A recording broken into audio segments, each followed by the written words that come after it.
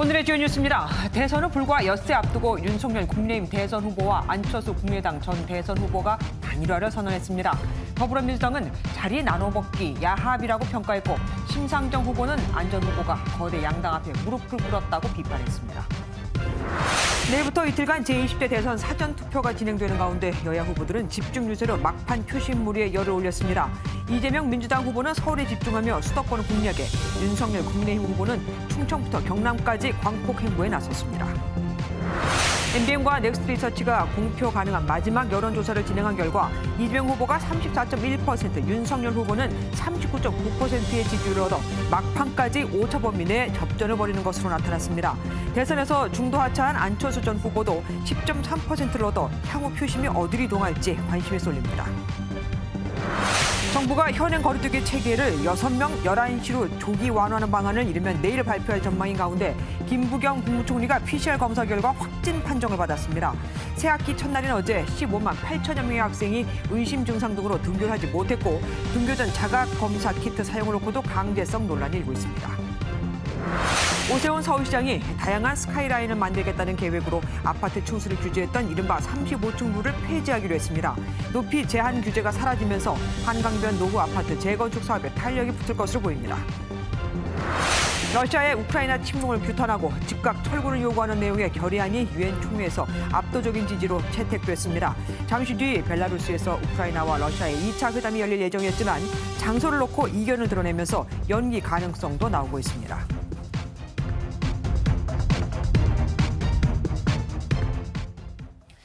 정말이지 끝까지 가봐야 안다는 우리말이 맞나 봅니다. 이번 대선은 이재명, 윤석열, 심상정 후보의 3자 구도로 치러지게 됐죠. 대선까지 단 엿새 남은 상황에서 사전투표를 하루 앞두고 또 처음으로 여론조사 공표 금지 기간에 단일화가 성사되면서 바로 그 효과를 확인할 수도 없는 상황이 돼버렸습니다. 어제 TV토론 이후 두 후보가 밤새 논의한 끝에 이루어진 극적인 단일화. 먼저 박자은 기자가 보도해드립니다. 사실상 끝난 줄 알았던 윤석열 국민의힘 대선 후보와 안철수 전 국민의당 대선 후보 간 단일화가 오늘 아침 전격 합의됐습니다. 더 좋은 정권 교체를 위해 뜻을 모으기로 했습니다. 국민 통합과 대한민국의 미래로 가는 대장정을 시작합니다.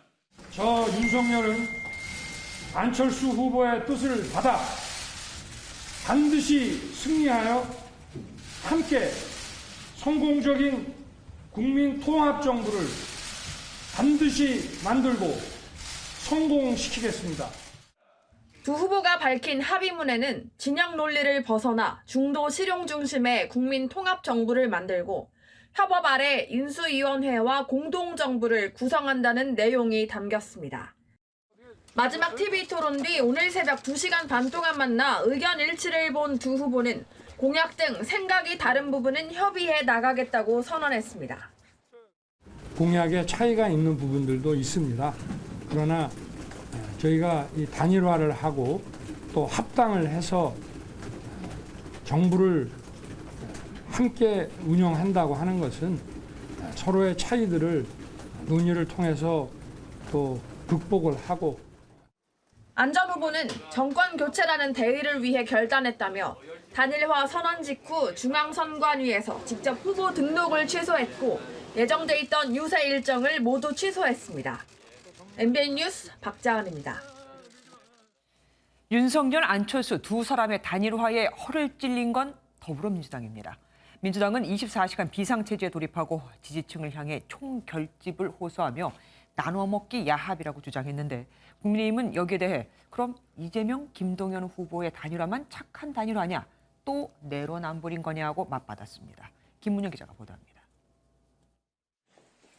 윤석열 국민의힘 대선 후보와 안철수 전 국민의당 대선 후보의 사전투표 하루 전 단일화에 오전 8시 긴급회의를 소집한 더불어민주당.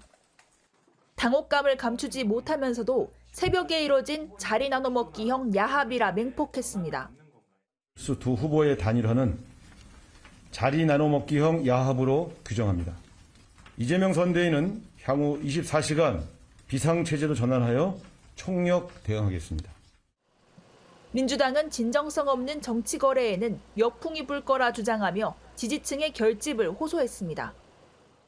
정치는 정치인들이 하는 것 같지만 사실은 국민이 하는 것입니다. 역사와 국민을 믿습니다. 지난 2002년 정몽준 국민통합21 후보와의 단일화 결렬에도 승리한 노무현 전 대통령처럼 오히려 지지층의 결집이 가능하다는 설명입니다.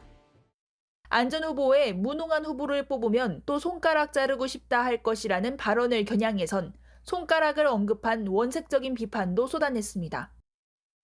다만 민주당 내부에선 여론조사 공표가 금지된 가운데 발표된 만큼 단일화 이후 표심을 읽기 어렵다는 위기의식이 엿보입니다. 심상정 정의당 후보는 안 전 후보에 대해 거대 양당에 무릎 꿇었다고 일침을 놨습니다. 또다시 소수 정당을 자신들의 발 아래 무릎 꿇리는 정치를 반복하고 있습니다. 저로서는 매우 안타깝고 유감스럽습니다. 이어 거대 양당 사이 심상정만 남았다며 완주 의지를 밝히고 소신 투표를 호소했습니다. MBN 뉴스 김문영입니다. 제20대 대통령 선거의 사전투표가 내일부터 이틀간 전국 3,552개 사전투표소에서 진행됩니다. 투표 시간은 오전 6시부터 오후 6시까지. 주민등록증이나 여권, 운전면허증 등 사진이 붙어있는 신분증을 가져가면 주소와 상관없이 아무 데서나 투표할 수 있습니다. 코로나19 확진자와 격리자도 모레 오후 5시에서 6시 사이에 사전투표소에 도착하면 투표할 수 있죠.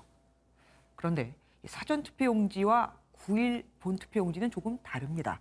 사전투표용지엔 안철수, 김동연 두 사람 옆에 사퇴라고 표기가 되지만 정작 본투표용지에는 이게 표기가 안 됩니다.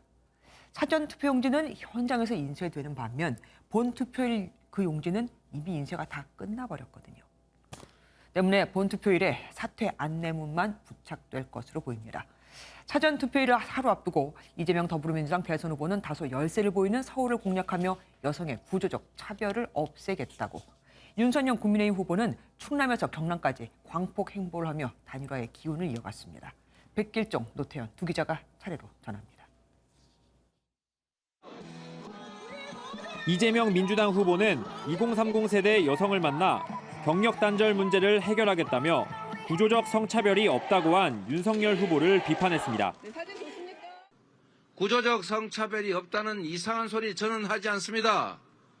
아빠의 육아휴직을 확실하게 늘리기 위해서 육아휴직의 부모 쿼터제를 서울 영등포에서 유세를 이어간 이재명 민주당 후보는 단일화에 합의한 김동연 전 새로운 물결 후보와 함께 진영을 가리지 않는 통합정부를 만들겠다고 강조했습니다. 야권 단일화에 지지 않겠다는 의지를 표현한 건데 이재명의 민주당은 부동산으로 고생시키지 않겠다며 청년층을 공략하기도 했습니다.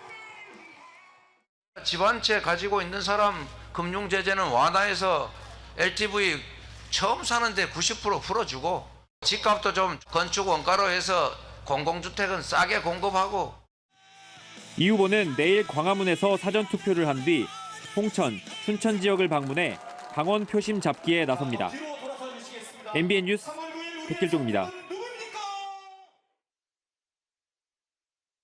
단일화 발표 뒤 곧장 충남 아산과 공주 그리고 천안 등을 방문한 윤석열 국민의힘 대선 후보는 외연 확장에 자신감을 보였습니다. 정치 교체는 여러분의 압도적인 지지로 저 윤석열이 새 정부를 맡게 되면 제가 하겠습니다, 여러분.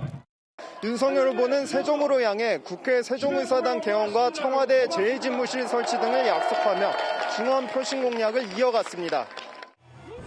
앞서 이재명 후보가 토론회에서 대장동 특검을 제안한 건 도망갈 데가 없어서라고 직격했습니다. 자기 범죄 행각이 드러나고 도망갈 데가 없으니까 또 갑자기 특검 얘기를 하는 겁니까? 우습죠? 참 어이가 없습니다. 6박 7일간의 총력 유세 첫날 일정을 마친 윤 후보는 내일 부산에서 사전 투표를 한 뒤 경북 지역 유세를 이어갑니다. MBN 뉴스 노태현입니다.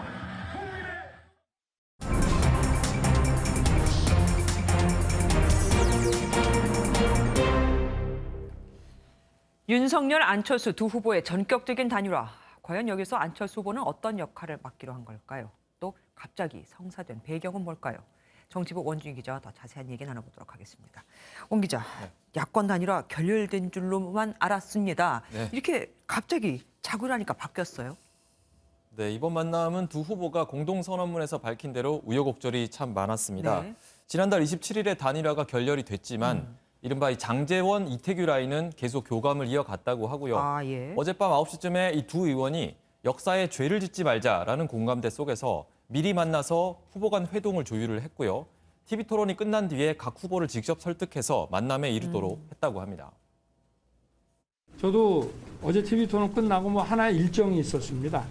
그래서 그거 마치고 우리 안 후보님께서 조금 기다려 주셨고 늦은 시간에 어제 만나서 저희가 뭐 좀 하여튼 한 새벽 한 2시 넘도록 이렇게 대화를 좀 했고. 그러면은 TV 토론 중에는 이 두 사람이 회동할 거라는 걸 둘 다 몰랐다는 얘기네요? 그렇습니다. 토론 전에 회동 계획을 전하면 자칫 토론에 영향을 줄까 봐 우려를 해서 토론이 끝난 직후에 보고했다고 하고요. 윤 후보는 어젯밤 11시 50분 유튜브 촬영을 마친 뒤에 이 성광재 카이스트 교수의 자택에서 안 후보를 만났습니다. 성 교수는 장 의원의 매형이고요. 안 후보와는 오랜 친분이 있는 것으로 알려졌는데요. 두 후보는 얼굴을 보자마자 서로 이제 웃었다라고 하는데 150분 동안 진행된 회동에서 그간의 오해와 갈등을 허심탄회하게 풀고 또 단일화에 대한 생각, 서로의 정치 철학 등에 대해서 이야기를 나누었다고 합니다. 그런데 안 후보는 그동안 여론조사 방식이 아닌 단일화는 없다고 하지 않았었습니까? 그렇습니다. 결정적으로 이 마음을 바꾼 계기가 있을까요? 네, 그동안 계속 고민을 했던 것으로 보이는데요. 결국은 정권 교체라는 대의를 저버릴 수 없었던 것으로 보이고요. 안 후보의 오랜 측근인 이태규 의원도 계속해서 설득하는 과정이 있었다라고 합니다.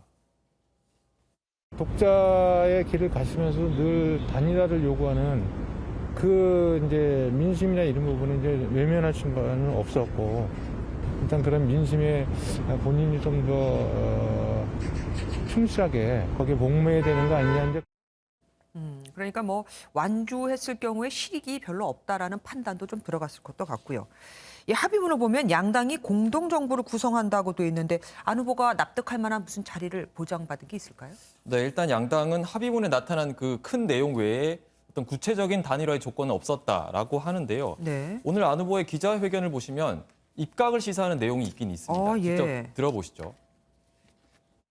국회의원으로서 여러 가지 열심히 입법 활동을 했습니다만 그걸 직접 성과로 보여주는 그런 행정적인 업무는 하지 못했습니다. 할 만한 기회를 가지지 못했습니다. 네, 정치권에서는 안 후보 정도의 중량감이면 장관급이 아니라 총리 정도는 되지 않겠냐라는 전망이 나오고 있고요. 기자들이 입각을 고려하고 있는 거 아니냐라고 직접적으로 질문을 하기도 했는데요. 안 후보는 고민이 필요하다, 여러 가능성은 있다라면서 부인하지는 않았습니다. 네. 그런데 안철수 후보는 또 철수했다는 비난을 뭐 그런 평가를 피할 수가 없게 됐습니다. 이 꼬리표 참 떼기 힘드네요. 그렇습니다. 그래서 뭐 간철수다, 또 철수다 이런 오명도 많이 있었는데요.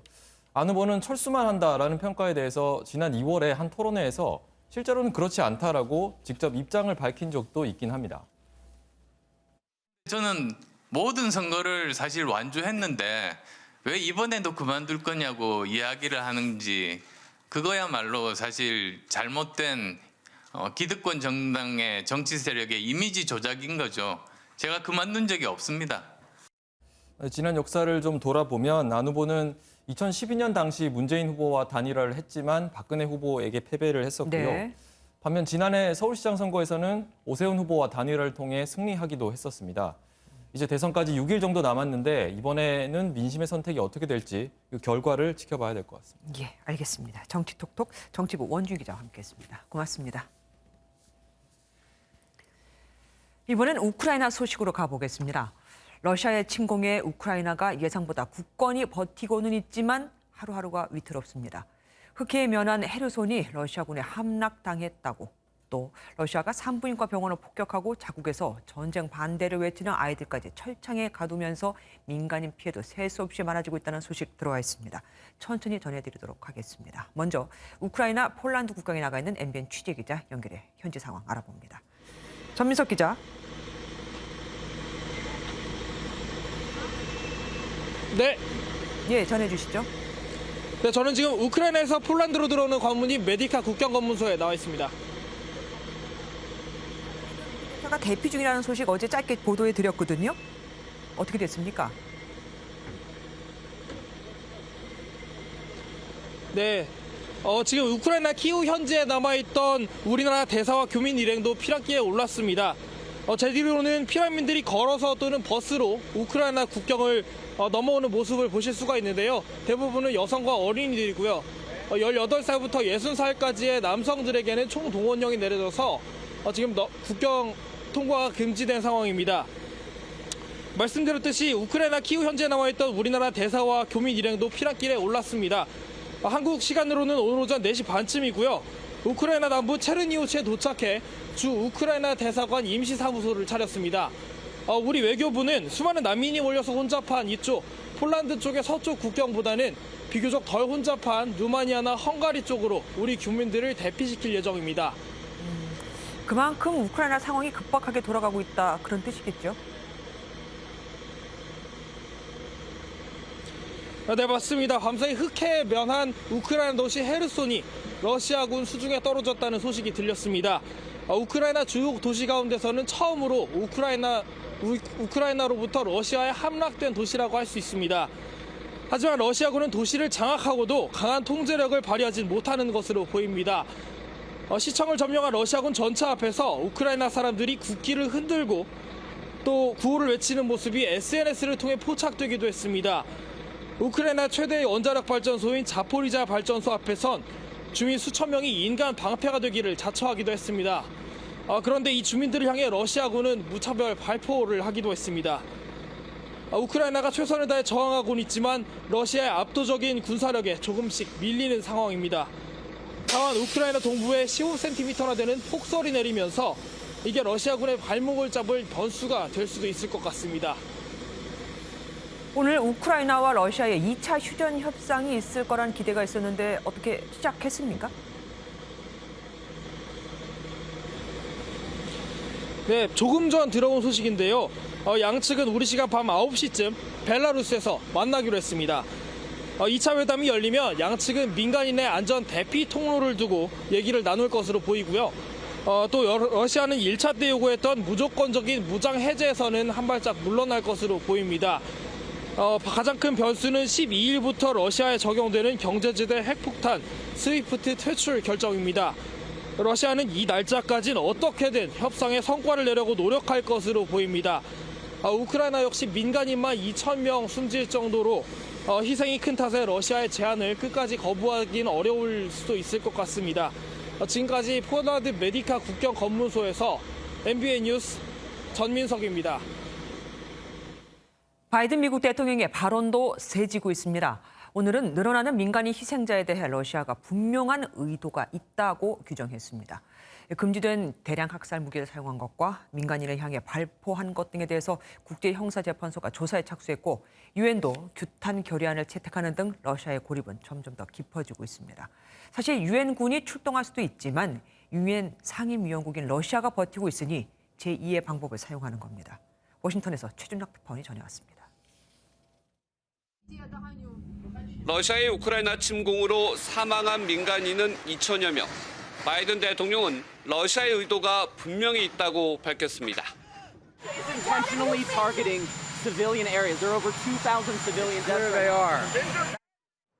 국제형사재판소 ICC도 우크라이나에서 발생한 전쟁 범죄에 대한 조사에 착수한 것으로 전해졌습니다. 민간인 피해 속출과 금지된 대량 학살 무기를 사용했다는 의혹에 대한 수사가 진행될 예정입니다. 우크라이나는 러시아군이 주거 지역을 겨냥해 진공폭탄을 사용했다며 제네바 협약 위반이라고 주장했습니다. 뉴욕 유엔 긴급특별총회에서는 러시아의 우크라이나 침공을 규탄하고 즉각 철군을 요구하는 결의안이 채택됐습니다. 법적 구속력은 없지만 140개국 이상의 압도적인 찬성으로 러시아에 대한 상당한 압박이 될 전망입니다. Today we call on Russia to stop its unprovoked, unjustified, unconscionable war. We call on Russia to respect the sovereignty and territorial integrity of Ukraine. 백악관은 러시아군 지원의 핵심 수입원인 정유사를 대상으로 원유와 가스 추출 장비에 대한 수출 통제에 나섰습니다. 당장 에너지 공급을 줄이는 것은 아니지만 러시아의 에너지 위상을 떨어뜨리기 위한 목적으로 풀이됩니다. 미국이 주도하는 서방의 러시아 제재와 고립 작전은 동맹국 단합에 성공했다는 평가입니다. 침공한 러시아와 초강대국 미국과의 관계 설정이 결국 이번 전쟁을 종결시키는 중요 변수로 작용할 전망입니다. 워싱턴에서 MBN 뉴스 최종락입니다. 현재 러시아의 공격을 피해 고향과 집을 떠난 우크라이나 피난민은 100만 명이 넘는 것으로 전해지고 있습니다. 생사의 기로에서도 우크라이나 국민이 보여준 단결된 힘은 세계인에게 많은 감동을 주고 있습니다. 생생한 피난 현장을 강용호 기자가 전해드립니다. 우크라이나 주민이 건넨 빵과 홍차를 허겁지겁 먹던 러시아 병사. 휴대전화 화면을 보더니 서럽게 울기 시작합니다. 주민의 도움으로 고국에 있는 어머니와 화상 통화를 하는 모습입니다. 이를 지켜보는 주민들의 눈가도 촉촉해집니다. 우크라이나 북동부의 도시 코노토브이 시장 세메니이는 주민들 앞에서 연단에 섰습니다.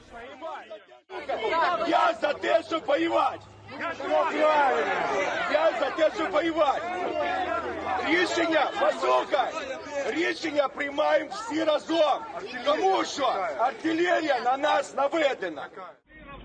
탱크와 함께 선 러시아군 병사를 우크라이나인 수십 명이 에워싸고 있습니다.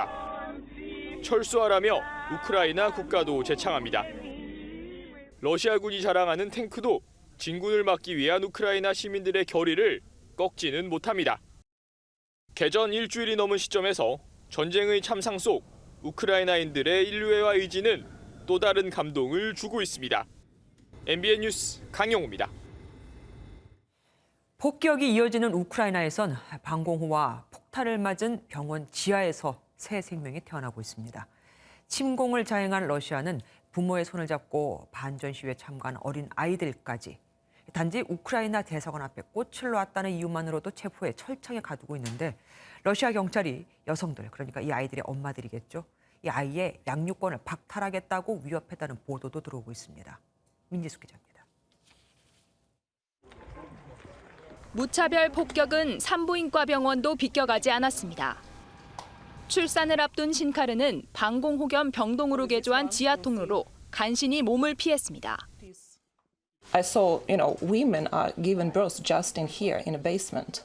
So basically they didn't even have time to lie after the C-section. 젊은 엄마들이 치료를 받는 동안 신생아들은 인큐베이터에 놓이거나 부모 품에서 조용히 잠을 잡니다. 전쟁의 포화 속에서도 새 생명이 태어나고 산모와 아기가 보살핌을 받을 수 있는 것은 의료진의 헌신 덕분입니다. Десь 80% залишається тут. Ми зміняємо одне одного на роботі. Повітряна тривога, і відповідно вони повинні при пологах спускатися в бомбосховище. 러시아에선 전쟁 반대 팻말을 들었던 어린아이 5명이 체포됐습니다. 철창 너머에 갇힌 아이들은 어른들에게 언제 나갈 수 있는지 묻습니다. 아이들은 부모와 함께 평화 시위에 참여하려고 우크라이나 대사관을 찾았던 것으로 알려졌습니다. 현지 보도에 따르면 러시아 전역에서 전쟁에 반대하던 시위자 총 6천여 명이 구금된 상태입니다. MBN 뉴스 민지숙입니다.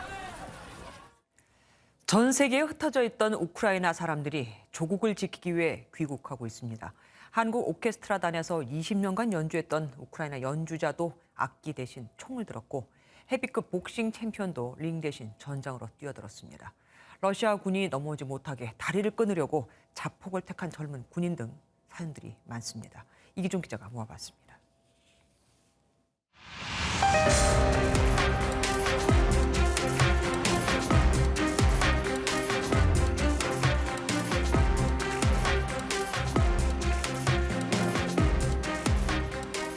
군복 입고 총 들고 있는 사진만 딱 온 거예요. 아, 이 친구가 이게 저거 나라 지킨다고 갔구나. 저는 아침에 울었다니까요. 그거 보고.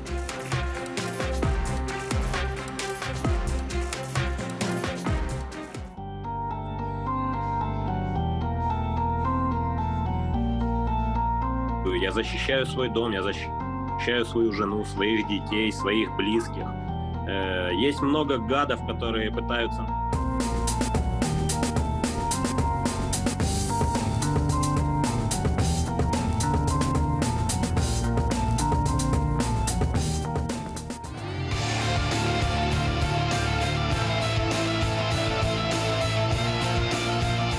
Yes, it's a very, very special event, this one for me. All the prize money that I'm going to earn here is going to the Ukrainian army, so thank you so much for the support.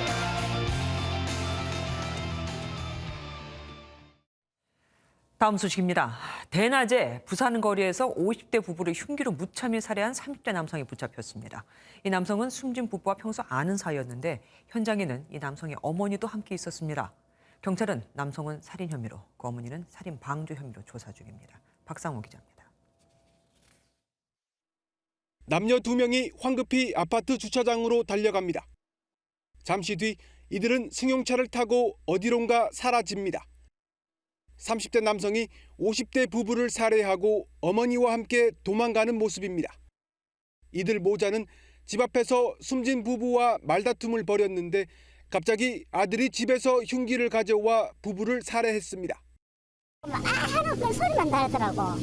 그래서 쫓아 나왔지. 나오니까 피를 너무 흘러나오면서 아이고 그거밖에 차라리 놀래갖고만. 숨진 부부는 두 모자와 평소 아는 사이인 것으로 전해졌습니다. 범행을 저지른 30대 남성과 함께 있던 어머니는 범행 직후 차량을 타고 곧바로 달아났습니다. 부산에서 경주로 도망갔다가 결국 자수했고 범행 2시간 만에 긴급 체포됐습니다. 가해 남성은 금전 문제로 다투다 범행을 저질렀다고 진술했지만 피해자 가족은 가해자와 채무 관계가 전혀 없다고 주장한 것으로 알려졌습니다. 피해자는 지금 우발적으로 지금 계속 주장을 하고 있어가지고 그 진위에 대해서는 저희들이 지금 조사 중에 있고. 경찰은 조사가 끝나는 대로 살인과 살인 방조 혐의로 두 모자에 대해 구속영장을 신청할 예정입니다. MBN 뉴스 박상호입니다. 화물차에 신어, 휘발유 등 각종 위험물을 싣고 시청으로 가서 불을 지른 남성이 붙잡혔습니다. 재개발 과정에서 자신의 땅에 헐값에 수용됐다는 게 그 이유였습니다. 하마터면 시청 건물 전체로 불이 번질 뻔했습니다. 이재호 기자입니다. 시청 현관 앞이 잿더미가 됐습니다. 천장은 뼈대만 앙상하게 남았고 불이 난 트럭 적재함에는 녹아내린 휘발유통 여러 개가 보입니다. 오늘 새벽 0시 5분쯤 경기 군포시청 현관 앞에 70대 남성이 1톤 화물차를 몰고 와 휘발유와 신너가 담긴 적재함에 불을 질렀습니다. 정문 바로 코앞에 트럭이 있고 막 엄청 불이 활활 타고 있어가지고 그러니까 저희는 그때까지 기름이 그렇게 담겨져 있는지 몰랐으니까 불이 너무 안 꺼지는 거 트럭 하나인데. 당시 시청에는 당직 근무자가 있었지만 모두 대피해 인명 피해는 없었고 불은 15분 만에 꺼졌습니다. 불을 지른 70대 남성은 곧바로 시청 바로 옆에 있는 이 뒤편 경찰서로 걸어가 자수했습니다. 남성은 자신이 운영하던 음식점이 재개발로 군포시청에 수용됐는데 당시 보상을 제대로 받지 못해 화가 나 이런 일을 벌인 것으로 조사됐습니다. 그제 2009년도에 토지 수용 문제로 계속 시청에 불만이 있었어요. 완전 끊고 그런 거죠. 경찰은 공용 건조물 방화 혐의로 구속영장을 신청했습니다. MBN 뉴스 이조입니다.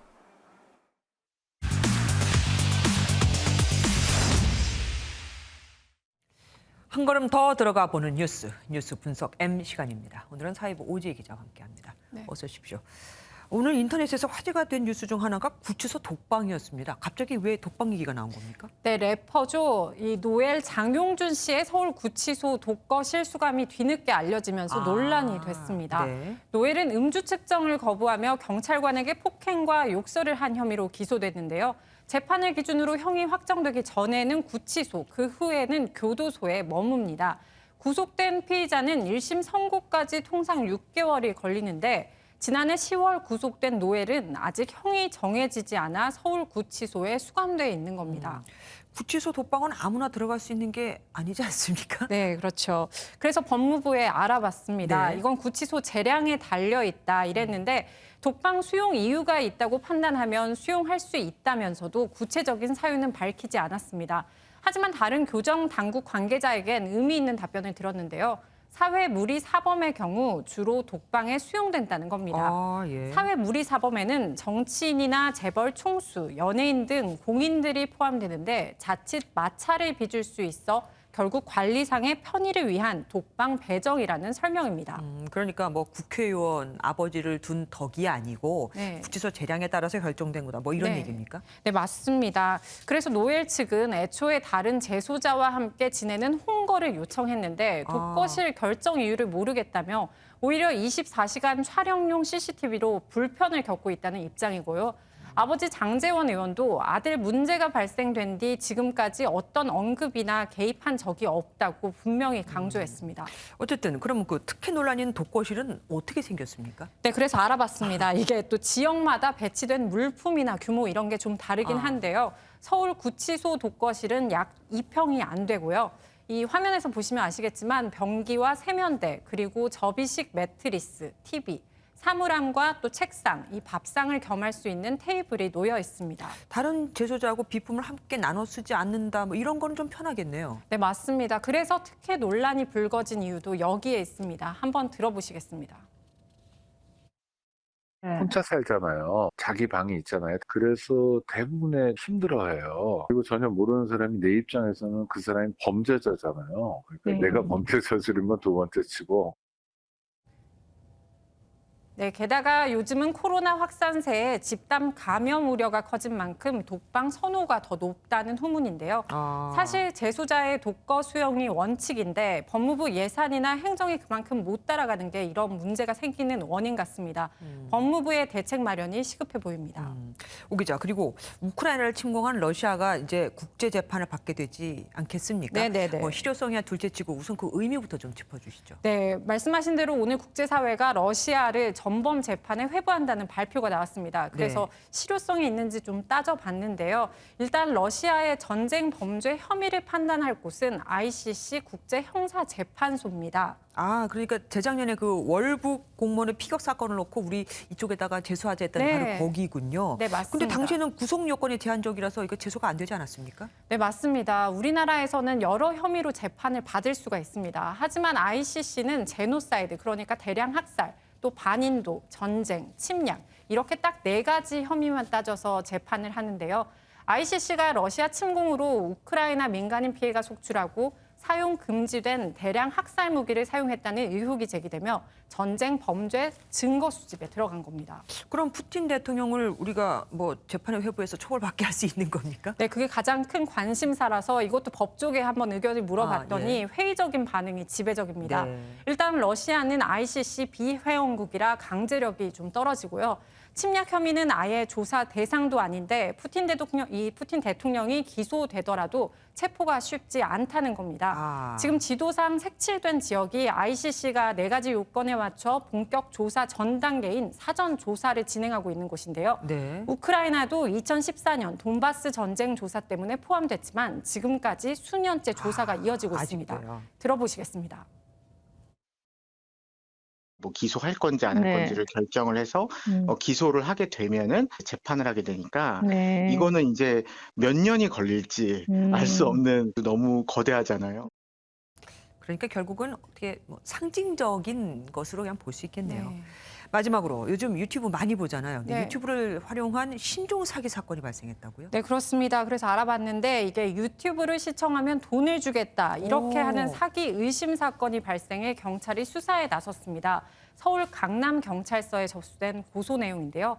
고소를 당한 사업가 김모 씨는 지난해 7월 수백만 원짜리 유튜브 영상을 수강한 뒤에 이걸 보고 댓글을 달면 매일 38,000원을 주는 조건으로 회원을 모집했다고 합니다.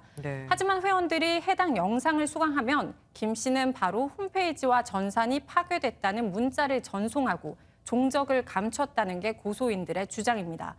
경찰은 고소인의 피해 주장이 있는 만큼 조사를 해봐야 실체가 밝혀질 것이라고 했는데요. 추가 내용이 나오면 또 전해드리겠습니다. 기술만 발전하면 좋은데 범죄, 사기도 같이 발전하니까 네. 문제입니다.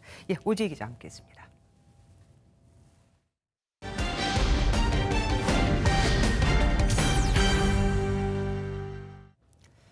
정부가 소상공인의 대출 만기와 원리금 상환을 6개월 더 연장해 주기로 했습니다. 문제는 당장 가게를 닫고 싶어도 그럼 대출부터 갚아야 하기에 어쩔 수 없이 버티는 경우가 부지기수라는 겁니다. 또 문을 닫지 않더라도 소상공인 입장에선 언젠가는 다 갚아야 할 빚, 결국 나중에 폭탄으로 돌아올 수 있겠죠. 이러는 사이 자영업자들의 부채는 900조 원에 육박했습니다. 박은지 기자입니다. 인천 대학가의 한 주점. 코로나 전에는 새벽 5시까지 영업을 했습니다. 이제는 밤 10시 넘어 영업한 기억조차 가물가물합니다.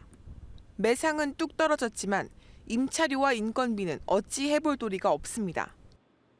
계속 이제 대출을 받아서 그걸로 이제 뭐 임대료도 내고 이제 뭐 식자재 거래처들 이제 돈 내고 그리고 또 인건비도 내고 그런 식으로 이제 대출로 계속 유지를 하고 있어요. 언젠가는 풀리겠지 하고 만 2년을 힘겹게 가게를 끌어오는 사이 빚만 쌓였습니다. 지난해 9월 말 자영업자의 대출 잔액은 888조 원으로 2019년 말보다 30%가량 늘었습니다. 자영업자들이 금리가 비싼 제2금융권에 몰리는 것도 적신호입니다. 지난해 말 저축은행의 자영업자 대출은 이전 3년 평균보다 45% 늘었습니다. 피크 타임이 10시부터 새벽 2시 반, 3시까지거든요. 보통 한 매장당 최소 다 1억 이상씩은 대출을 받았다고 보시면 되고요. 서울 종로의 한 횟집은 영업시간 제한의 반기를 들고 최근 사흘간 영업을 강행했습니다. 저는 보상 없는 정부의 일방적 행정명령을 따르지 않겠습니다. 우리 스스로 우리의 목숨을 지키기 위해 저항권을 사용하여 공권력에 저항하겠습니다. 자영업자들의 영업시간을 푸는 것 말고는 현실적인 대안이 마땅치 않습니다. 저는 지금 자영업이랑 소상공인한테는 별로 이렇게 희망이 별로 안 보인다는 게 문제예요. 그거는 제가 볼 때는 현명한 생각이 아니고요. 자영업자 대출은 금융권 부실로 번질 우려도 있습니다. 정부는 자영업 대출자별 맞춤형 지원 방안을 마련하겠다고 밝혔습니다. MBN 뉴스 박은지입니다. MBN 매일경제는 선거법상 공표 가능한 마지막 조사일인 어제까지 1일부터 이틀간 이유무선 전화 면접 여론조사를 실시했습니다. 야권 단일화 발표 직전에 이루어진 조사인 건데 마지막까지 이재명, 윤석열 두 후보가 오차 범위 내 접전을 벌이고 있었습니다. 먼저 우종환 기자의 리포트 보시고 단일화로 인한 안철수 후보의 표는 어디로 움직이게 될지 또 지역별, 세대별 표심은 어떤지 분석해 보겠습니다. 대선 후보 중 누구를 지지하는지 물어봤습니다. 이재명 더불어민주당 후보 34.1%, 윤석열 국민의힘 후보 39.9%, 심상정 정의당 후보 2.1%, 안철수 전 국민의당 후보 10.3%였습니다. 이 후보와 윤 후보 모두 한 달 전 조사보다 지지율이 소폭 상승했는데 지지율 격차는 5.8%포인트로 막판까지 오차 범위 내 접전을 벌였습니다. 당선 가능성을 물어봤더니 이 후보 43.3%, 윤 후보 48%로 역시 오차 범위 아니었고 안 전 후보 당선을 점쳤던 응답은 0.9%에 불과했습니다. 현재 지지 후보를 계속 지지할 건지도 물어봤습니다. 응답자 5명 중 1명 꼴인 18.2%는 아직 지지 후보를 바꿀 의사가 있다고 답한 반면 80.9%는 바꾸지 않겠다고 답했습니다. 정권 교체냐 유지냐에 대해서는 응답자 과반인 53.2%가 정권 교체가 바람직하다고 답했고 정권 유지를 택한 유권자는 35.5%에 그쳤습니다. 하루 앞으로 다가온 사전투표에 참여할지 생각도 들어봤습니다. 유권자 35%는 사전투표를 할 생각이 있다고 답했고 61.2%는 9일 본투표를 하겠다고 응답했습니다. 이재명 후보 지지층에서는 절반 가까운 49%가 사전투표에 참여하겠다고 밝힌 반면 윤석열 후보 지지층에서 사전투표를 하겠다는 응답은 29.2%에 그쳤습니다. MBN 뉴스 우종환입니다. 여론조사 상세한 내용 정치부 선한빛 기자와 함께 분석해 보겠습니다. 선 기자, 네. 아무래도 가장 큰 관심은 그러니까 안철수 후보에게 갔던 그 표가 어디로 움직일 거 아니겠습니까? 예, 안철수 후보의 다자 대결에서의 지지율이 10.3%였습니다. 네. 과연 안철수 후보의 지지층이 누구인가 저희가 좀 자세히 들여다봤습니다. 네. 18에서 29세의 22.5%, 30대의 18.8%가 이번 조사에서 안 후보를 지지했고요. 지역별로는 부동산 민심이 좋지 않은 서울 지역의 12.2%, 인천 경기 지역의 10.1%가 안 후보를 또 지지했습니다. 네. 또 정권 재창출이 필요하다는 응답자에서는 3.9%, 정권 교체 지지층의 15%는 안 후보를 지지했습니다. 우리가 뭐 단일화 결과 발표가 나오기 전에 조사를 한 거지만 어쨌든 그걸 가정해서도 조사하지 않았습니까? 그렇습니다. 한국갤럽 조사를 먼저 보실까요? 4자 대결 결과를 보실게요. 이재명 39.2%, 윤석열 40.6%로 나왔습니다. 안 후보가 빠진, 즉 윤석열로 단일화됐을 때 이재명 42.2%, 윤석열 42.5%로 팽팽했습니다. 안 후보가 사라지면서 지지율이 이 후보는 3%포인트, 그리고 윤 후보는 1.9%포인트가 올랐죠. 오히려 이재명 후보가 더 오른 셈입니다. 그렇네요. 반면에 다른 여론조사 결과들도 있는데요. 엠브레인 퍼블릭 조사 4자 대결에서는 이재명 40.4%, 윤석열 43.7%였는데 야권 단일화로 인한 3자 대결은 이재명 41.5%, 윤석열 47.4%로 윤 후보가 더 큰 격차로 앞섰습니다. 여론조사 내용이 이렇게 엇갈리다 보니 단일화가 과연 얼마나 효과가 있을지가 이번 선거의 최대 관전 포인트가 됐습니다. 사실 단일화는 무산됐다고 우리가 생각하지 않았었습니까? 예. 아무래도 두 사람 모두 단일화 결렬에 대해서 부담이 크기 때문에 예. 이렇게 극적으로 만났을 것 같습니다. 예, 저희가 단일화 결렬 상황이었을 때 이 단일화 결렬의 책임이 누구에게 더 큰지도 함께 물어봤습니다. 네. 그랬더니 윤석열 47.6%, 안철수 33.5%로 나왔는데요.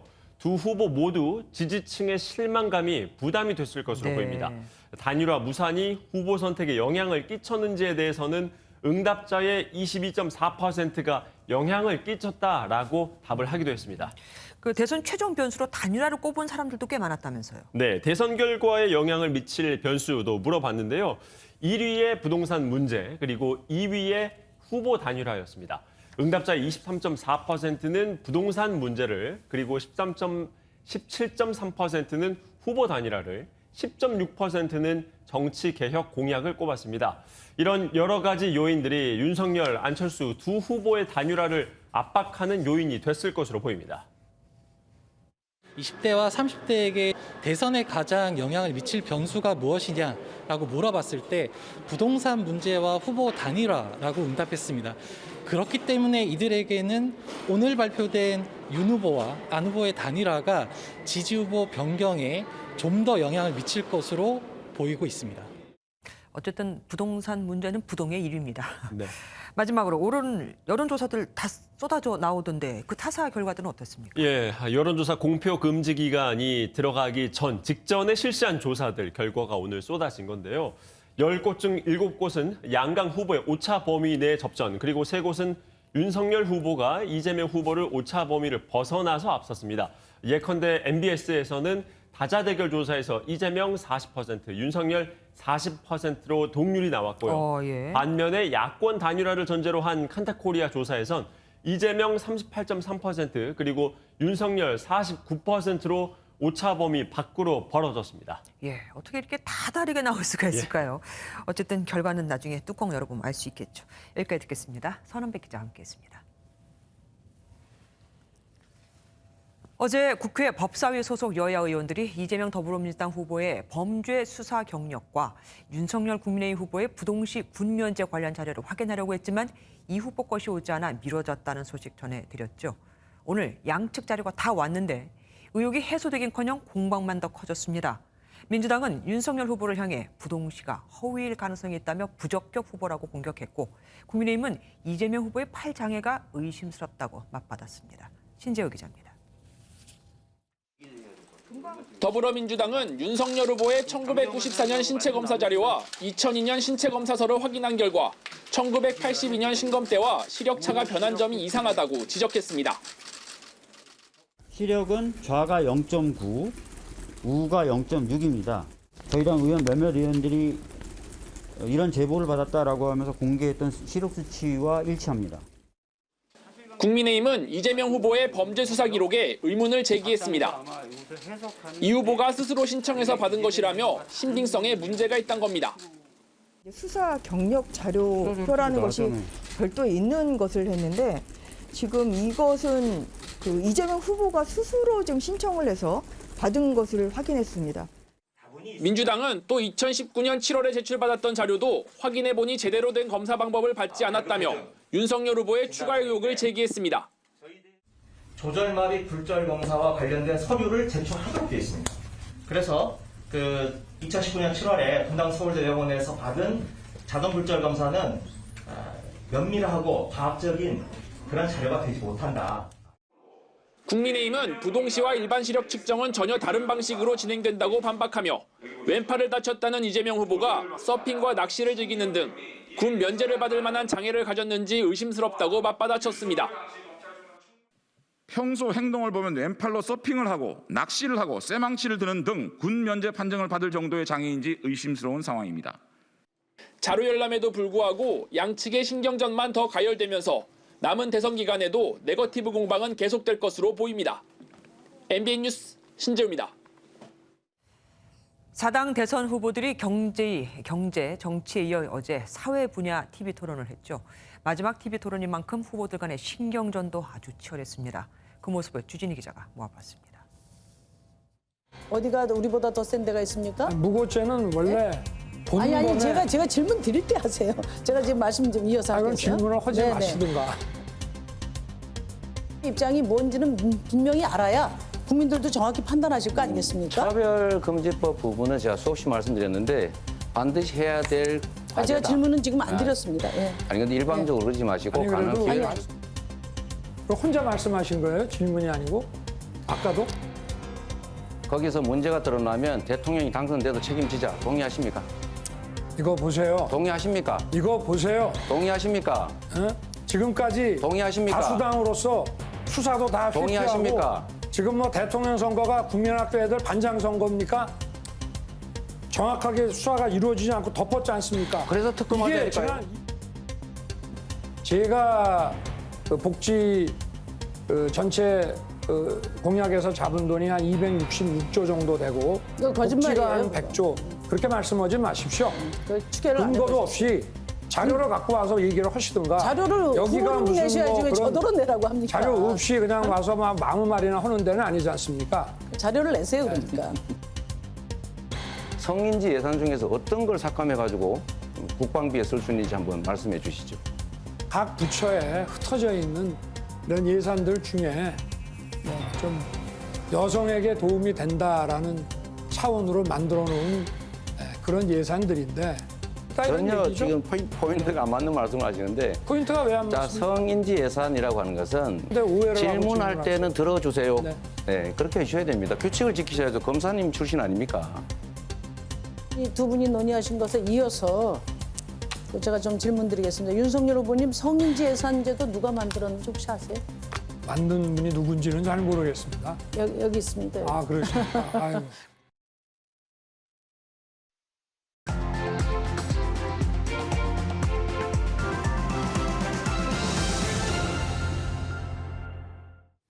사람에겐 인격이 있고 나라에는 국격이 있듯이 외교에도 격조가 있는 거요. 외교는 국제 무대에서 그 나라의 품격과 위상을 좌지우지합니다. 민족의 운명은 외교에 의해 결정돼야 한다는 말처럼 국가 지도자가 외교를 어떻게 하느냐에 따라 나라의 미래가 달라지기도 하죠. 정부가 지난 28일 러시아 제재안 발표 후 그제 러시아 주요 은행들과의 거래를 중지하고 러시아 국고채 거래도 막기로 했습니다. 하지만 시기를 놓쳤다는 지적이 많습니다. 우리가 시간을 끌고 있는 사이 미국은 러시아 수출 통제 조치를 발표하며 제외되는 파트너 국가 32개 나라를 발표했는데 한국은 여기서 빠졌거든요. 앞으로 국내 기업들은 러시아에 수출할 때 일일이 미국의 허가를 받아야 할 처지가 된 겁니다. 조급한 경제단체들이 홍남기 경제부총리에게 서방의 대러 제재 세부 사항과 한국의 동참 범위를 알려달라고 하소연까지 했지만 늦어버린 거죠. 게다가 미국 측으로부터 우리는 한국의 소심하고 미온적인 접근은 부끄럽고 어리석다라는 말까지 들었습니다. 시기만 잘 맞췄어도 이런 비난도 안 듣고 우리 기업들이 이렇게 곤란해지지도 않았을 텐데 말입니다. 청와대는 러시아 제재에 머뭇거린 건 사실이 아니라며 러시아가 무력 침공을 한 즉시 문재인 대통령은 국제사회의 노력에 동참한다는 의사를 밝혔고 이후 추가 내용도 발표했으니 늑장 대응이 아니라고 했습니다. 또 오늘 산업통상자원부는 미국의 역외 통제 대상에서 휴대전화, 자동차, 세탁기 등 소비재는 예외에 해당하는 것으로 파악이 됐다면서 면제 국가로 인정받기 위한 한미 협의를 진행 중이라고 했습니다. 미국과 서방 국가들이 제재안을 내놨을 때 동참이 아닌 제재안을 내놨다라면 이럴 일도 없지 않았을까요? 외교력은 명분과 타이밍에서 나옵니다. 얼마 전 정부는 경제, 국방, 외교 이 모든 면에서 톱10이 됐다면서 사실상의 G10 국가가 됐다고 했었죠. 우크라이나 사태는 지구 반대편에서 벌어지는 강 건너 불이 아닙니다. 무력으로 국제 질서를 교란하고 주변국의 주권을 짓밟는 행위에 맞서는 국제사회의 연대 동참엔 주저할 이유가 없습니다.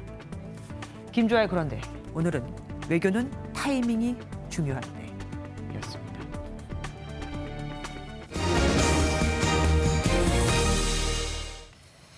(13일까지) 예정됐던 현행 거리 두기를 조기에 완화하는 방안이 이르면 내일 발표됩니다. 사적 모임 인원 제한 6명은 그대로 두고 영업시간을 밤 11시로 1시간 더 연장하자는 의견이 나오고 있는데요. 김부겸 국무총리는 코로나19 확진 판정을 받아 재택치료에 들어갔습니다. 조희로 기자입니다. 오늘 0시 기준 사망자는 128명으로 또 한 번 역대 최다를 기록했습니다. 신규 확진도 19만 8,803명으로 연일 20만 명대를 유지하고 있습니다.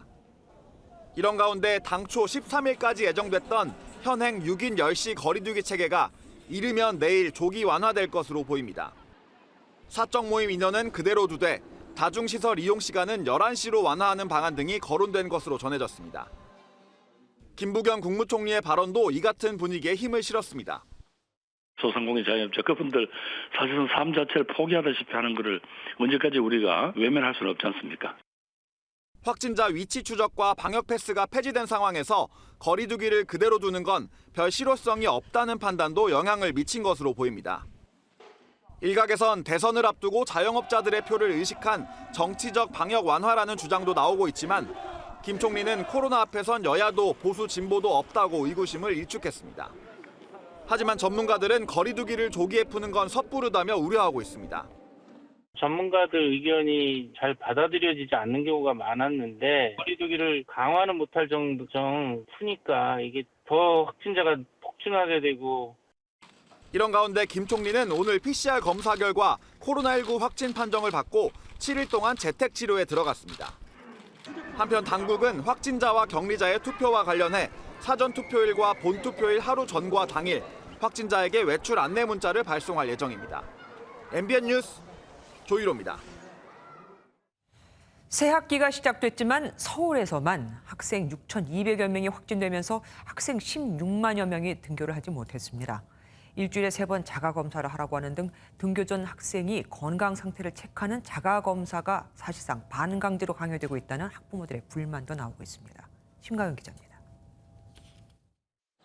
개학 첫날 전국의 유초중고 학생 15만 8천여 명은 코로나 의심 증상이나 자가검사 양성 등으로 학교에 가지 못했습니다. 교육부가 자가검사 결과 등을 입력하도록 한 진단 앱의 사용 비율은 83%로 6명 중 1명은 참여하지 않았고 유치원은 절반 수준을 보였습니다. 교육부는 자가검사 키트를 이용한 진단은 권고사항이라고 강조하고 있지만 말씀드리지만 이 부분은 권고사항입니다. 법적인 강제사항은 아니라는 말씀 다시 확인해 드리고요. 일부 학교에서는 혼란을 일으키고 있습니다. 정기적 검사 자체를 의무로 안내하는 학교도 있습니다. 애한테 선생님이 꼭 해야 한다고 안내를 했다고 하더라고요. 전에 확진됐던 적이 있지 않은 이상 안 하는 애가 없어요, 반에. 이런 가운데 서울의 신규 학생 확진자 수는 6,240명으로 역대 최다를 기록했습니다. 지난 28일과 1일 이틀간 나온 2,883명의 2배가 넘는 수준입니다. 여기에 학생뿐 아니라 교사 확진도 잇따르면서 대체 인력 마련에도 비상이 걸렸습니다. 확진이 돼도 대체 인력을 구하기가 어려워서 확진된 상황에서 집에서 원격 수업도 하시고 그런 상황이에요. 지방이나 지역으로 갈수록 오려고 하는 인력이 또 더 부족한 게 사실이고. 확진자 폭증세 속에 새 학기가 시작되면서 정상 등교에 대한 우려의 목소리가 커지고 있습니다. MBN 뉴스 심가현입니다. 서울에서 초고층 아파트 건설을 규제했던 이른바 35층 룰이 8년 만에 사라집니다. 서울시는 획일화된 성남갑 아파트에서 벗어나 다 지려온 스카이라인을 만들겠다는 계획인데 재건축 아파트 단지가 들썩이고 있습니다. 추성남 기자가 보도합니다. 서울 한강변의 한 아파트 단지입니다. 재건축을 거쳐 2018년 입주한 이 아파트의 최고 높이는 35층. 2014년 박원순 당시 서울시장이 주거용 건축물의 높이를 35층 이하로 제한했기 때문입니다. 인근의 또 다른 아파트 단지도 마치 성냥갑을 쌓아놓은 것처럼 높이가 같습니다. 하지만 서울시가 아파트 높이 제한을 폐지하기로 하면서 앞으로는 35층이 넘는 초고층 아파트가 들어설 수 있게 됐습니다. 다만 용적률에는 변화가 없습니다. 용적률 범위 내에서 높이 제한이 사라지게 되면 높은 건축물과 낮은 건축물을 함께 배치하는 합리적인 배치를 할 수밖에 없게 됩니다. 높이 제한 규제가 사라지면서 재건축 사업에도 탄력이 붙을 전망입니다. 앞서 압구정 2, 3구역은 49층 계획안을, 이촌동 한강맨션은 68층 설계안을 제시한 데 이어 대치동 음마아파트도 조만간 고층 재건축에 나설 예정인 것으로 알려졌습니다. 사업의 자율성을 높이고 수익률 개선에 따라서 좀 창의적인 건축이나 속도를 낼 수 있다는 기대감이 지금보다는 높아질 수 있는데요. 투기 우려할 만큼 불안 양상으로 전이되지는 않을 것으로 판단됩니다. 서울시는 국토교통부와 협의하고 도시계획위원회 심의를 거쳐 연말까지 2040 도시계획을 확정할 방침입니다. MBN 뉴스 추성남입니다. 스포츠 뉴스입니다. 현재 국내 아이스하키는 현역 국가대표도 뛸 틈을 찾아야 할 정도로 상황이 좋지 않습니다. 이런 가운데 사실상 국내 유일의 실업팀에서 선수 공개 선발이 열렸는데요. 그 현장에 전광열 기자가 다녀왔습니다. 안양 실내 빙상장 임시 라커룸에서 말없이 아이스하키 보호장구를 착용하는 선수들. 한국 아이스하키의 버팀목 안양 한라가 내일까지 진행하는 선수 공개 선발 참가자들입니다. 하키 좋아해서 지금까지 해온 건데 이제 앞으로 갈 길이 막막해서 많이 어려운 것 같아요. 아이스하키 아시아리그 중단. 실업팀 대명 킬러 웨일즈 전격 해체. 코로나19 장기화 탓에 열악한 저변에 한국 아이스하키는 치명타를 입었습니다. 현역 국가대표도 뛸 곳을 찾아야 하는 상황입니다. 이 기회를 잡지 못한다면은 이제 앞으로 선수 생활이 어떻게 될지 되게 불투명한 상태고 마지막이라고 생각하고 지금 도전하고 있어요. 고교 선수 경력이 있는 만 29살 이하면 누구나 지원할 수 있어 통신병으로 현역 복무를 하느라 빙판을 떠나야 했던 29살 직장인도 마지막 도전에 나섰습니다.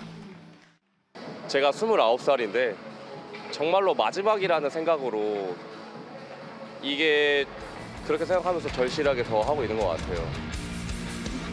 얼음판을 녹인 다시 뛰고 싶다는 열정. 안양 한라는 공개에 선발된 선수들을 오는 6월부터 시작하는 새 시즌 대비 팀 훈련에 합류시킬 계획입니다. MBN 뉴스 전광열입니다. 오늘 3월 3일 삼겹살 데이라고 하죠. 공기가 탁해지면 괜스레 기름진 음식을 찾고 싶어지는데요. 현재 고비 사막과 내몽골권 부근에서 황사가 발원하고 있습니다. 우리나라에 얼마나 영향을 끼칠지는 매우 유동적이겠지만 내일 국외 미세먼지까지 겹쳐 서쪽 지역을 중심으로는 공기가 무척이나 탁하겠습니다. 호흡기 관리가 필요하겠습니다. 내일 오전부터 경기 북부와 강원 북부 내륙에 비가 시작돼 낮부터 밤 사이 그 밖에 전국에도 한때 비가 내리겠는데요. 돌풍과 벼락이 동반될 수 있겠고요. 비의 양은 5mm 안팎으로 많지는 않겠습니다.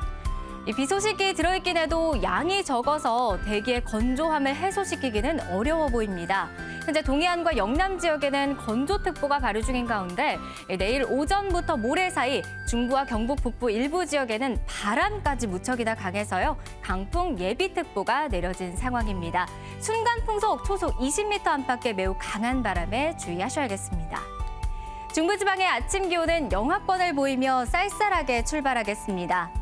남부지방 햇살이 기온을 크게 끌어올리면서 한낮에는 15도를 웃도는 곳이 많겠습니다. 강릉은 아침에 4도로 출발하겠고요. 한낮에는 18도까지 오르면서 봄 기운이 완연하겠습니다. 내일 전국에 약한 비가 내리고 난 뒤 주말 동안 맑은 날 드러나겠고요. 대통령 선거인 수요일에도 맑은 가운데 한낮에는 13도까지 오르겠습니다. 지금까지 날씨였습니다.